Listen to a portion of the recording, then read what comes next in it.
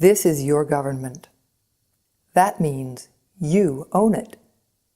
The owner's manual is the U.S. Constitution.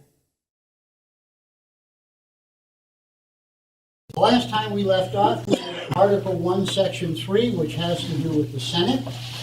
And now we're going to start with Article 1, Section 4. These sections that we're about to look at deal with setting up the Congress for business. The Congress has to make the laws. In order to make the laws, it needs rules that it's going to follow to make those laws. The Constitution sets up what those rules are. And we start with Section 4. So Jim, would you like to start and just go ahead and read the first part of it there? The times, places, and manner of holding elections for senators and representatives shall be prescribed in each state by the legislator thereof. So what that means is that we have a check on the national government by the states, because they're the ones who are going to determine who gets to vote and when they vote and where they vote and how they vote. So that in Oregon, we can have vote by mail. In other states that will not, they don't have vote by mail. It's the states that determine the manner and, as it says, the times, places, and manner of holding elections for those national congresses. And you don't have the national government describing how those have to happen, except they put in a little just in case kind of clause. Richard, you want to tell us about the just in case that's after that? But the Congress may at any time by law make or alter such regulations, except as to the places of choosing senators. All right, so the Congress at any time can come in and say, all right, everybody has to do it this way. Everybody has to do that. And for instance, they did do that, in particular with the times. We all do it on the first Tuesday after the first Monday in November. That's because Congress said that, so everybody in the nation does that. All the states do that. Except for this one thing about choosing the places, choosing the senators. Why do you think that might be? Yeah, Richard. Well, under King George, he chose the places for elections and for doing things which were inconvenient to the people in order for him to control who was elected to the positions he wanted. So it would be inconvenient for the citizens if you said another state or 2 states away, and that's the basis of it. Good. And most specifically, it has to do with the choosing of senators. Because in the beginning, the states chose the senators, the legislature chose the senators to represent. Now it's the people that does it. It's a different system now. But at that time, then they couldn't regulate where the legislature was meeting. And so that's probably why that's in there. Exactly right, because one of the things in the Declaration of Independence, one of the grievances against the king was that he has caused our legislatures to meet in inconvenient places where their papers aren't there, they can't see what's going on, and they had to meet in some unusual place. So they said, we are not going to allow the national government to tell our legislature where they meet. All right?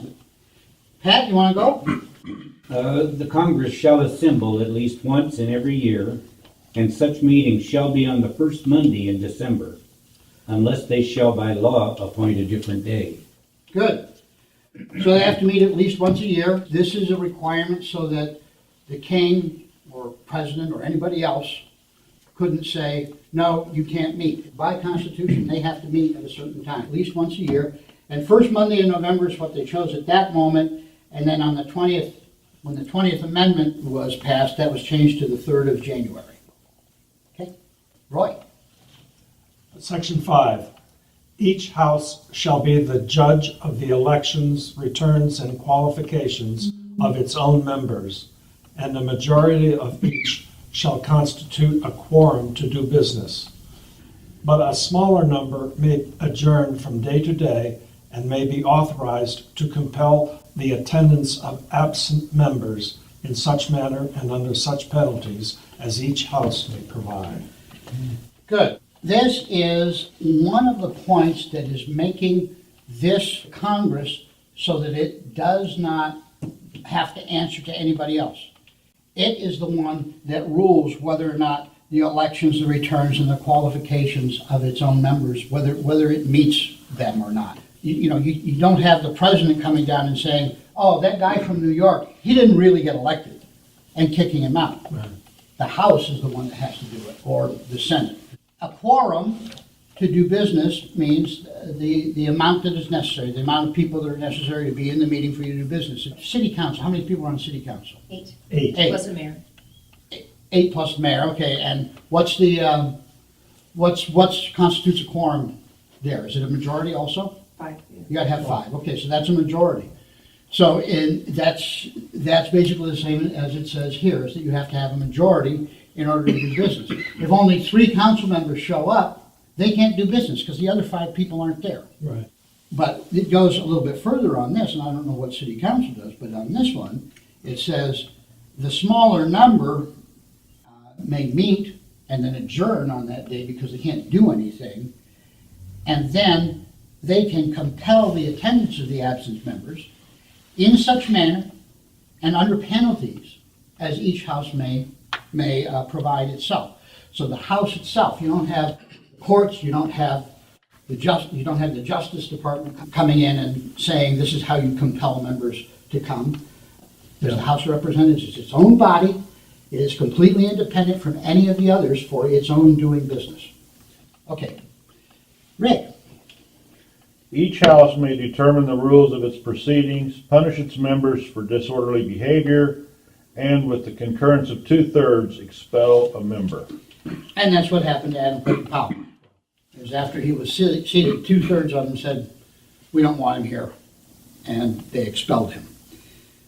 But again, the point of this section is to make the Congress not have to depend, for it to do its business, it does not have to depend on the president, it does not have to depend on the courts, it doesn't have to depend on anybody else. It does its own business exactly the way it wants to do it. And the Senate does it differently than the House. Okay? Continuing on.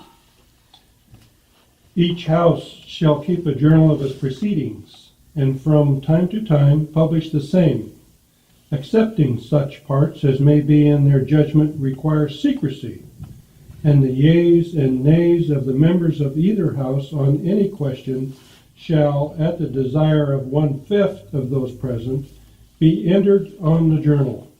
Good. So I was going to keep a journal. Originally, right at the beginning, they said we want to have transparency in what's going on and how our laws are made. They did recognize, however, that there might be national security issues that we want to have secret. We want to keep, quote, in their judgment require secrecy. So they allowed for that. And the votes would be entered on the journal if, I mean, they could just say, okay, anybody who wants to, everybody says yes, and that's it, and it's not recorded on the journal. But if 1/5 of the members say, wait, not so fast, we want to have that recorded, then they have to record it on the journal. Is it Jack's turn? Yeah. Neither house during the session of Congress shall, without the consent of the other, adjourn for more than 3 days, nor to any other place than that in which the 2 houses shall be sitting. All right, that seems to me to be fairly straightforward. You can't have one house just running off and saying, we're not going to play ball anymore. They got to stick around. All right? Bruce? Section 6. Yeah. The senators and representatives shall receive a compensation for their services to be ascertained by law and paid out of the Treasury of the United States. They shall in all cases except treason, felony, and breach of the peace be privileged from arrest during their attendance at the session of their respective houses, and in going to and returning from the same. And for any speech or debate in either house, they shall not be questioned in any other place. All right. The first part is they shall be paid. And it's going to be ascertained by law, which means they get to vote on it. It's an automatic immunity for what they say on the floor. That's correct. They have automatic immunity, so they are allowed to say anything that they want on the floor. It's all part of the legislative process. Yeah, go ahead. I have a question on the immunity. Yeah, okay. On the floor during debate or speech, they have immunity, but that immunity does not extend to all acts and endeavors they do, correct? Let's see exactly what it says. They shall, in all cases except treason, felony, and breach of the peace, be privileged from arrest during their attendance at the session of their respective house and in going and coming from its same. Okay, that's the first part. Okay, while they're sitting in Congress, or they're going to Congress, or they're coming back from Congress, the president cannot arrest them. Just pick them up off the street, arrest him, and not allow him to go and do his legislative duties. That's the first part. Except for, as it says, treason, felony, breach of the peace. So if he just murdered somebody, he gets to get picked up. Okay? And they also have immunity for any speech or debate in either house, and that should not be questioned in any other place. Right. Right. So that's, if they're giving a speech or a debate in the House, they can't go to, you can't have a court sit them down and say, why did you say that? You can't have the president put him in jail until he recants that. We're going to do felony from the 1828 dictionary. Felony. Any crime which incurs the forfeiture of lands or goods. All offenses punishable with death are felonious. And so are some crimes thus not punished, as suicide. That's an interesting one. You're guilty of suicide. We're going to hang you now. Petty larceny and so on. Treason is Article 3, Section 3. You have to give aid and comfort to the enemies of the United States. Unless a person is levying war against the United States or adhering to their enemies, giving them aid and comfort, giving them aid and comfort, which means, number one, you have to have a definable enemy that you're talking about. All right. And we were at Section 6, the first paragraph. Anybody have any further comments on that one? Hearing no objection, we will move forward. All right, Bill? No senator or representative shall, during the time for which he was elected, be appointed to any civil office under the authority of the United States. Good, okay. What do you think is the purpose or value of this? What problem were they trying to solve? What was it that they wanted to get out of this? Corruption. Corruption? Good. Corruption in what way? Conflict of interest. I'm sorry? Conflict of interest. Conflict of interest, exactly right. Exactly right. You want to have the executive branch be different than, and not conflict with, not have a person sitting there with this conflict between, am I now a legislator or am I going to be the person that executes this law? So you're not allowed to have a civil office under the authority of the United States as long as you are a senator or a representative, which is why Hillary Clinton, when she was appointed to be Secretary of State, had to give up her seat in the Senate. So it's a statement of separation of powers. Separation of powers, exactly right. But basically, it comes down to corruption. Because if you're serving two masters, you're going to corrupt one of them. You know. All right. Bill, you want to continue? Which have been created, or the emoluments whereof shall then increase during such time. Okay, so a senator or a representative is not allowed to hold an office, particularly which was created at the time when they were in the legislature, because certainly someone could say, you know, we need a secretary of muffins. So they make a secretary of muffins, and as soon as the secretary of muffins, with an enormous salary, and then as soon as the secretary of muffins is agreed to, and we're going to do that, then they step out of the legislature and go be the secretary of muffins. Okay? That would be a little creepy, actually, I think. Crummy. Crummy. Right. I wish I'd thought of that. Okay. Or if the emoluments, which is how much they're paid, what they're paid for it, what they are given as compensation for doing it, if the emoluments of that office had been increased during the time that they were a legislator. Mm-hmm.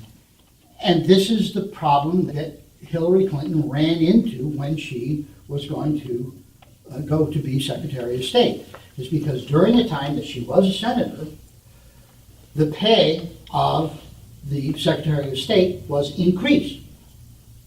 So how they got around that, what they did with that is they said, okay, she'll take it, but at the pay before she increased it. Lily, you want to go ahead and finish that paragraph off? And no person holding any office under the United States shall be a member of either house during his continuance in office. Good.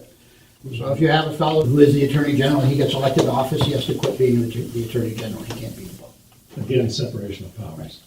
Which is again, separation of powers. All right, we're going to take a break now. Next is Part 9, How to Make a Law, Article 1, Section 7.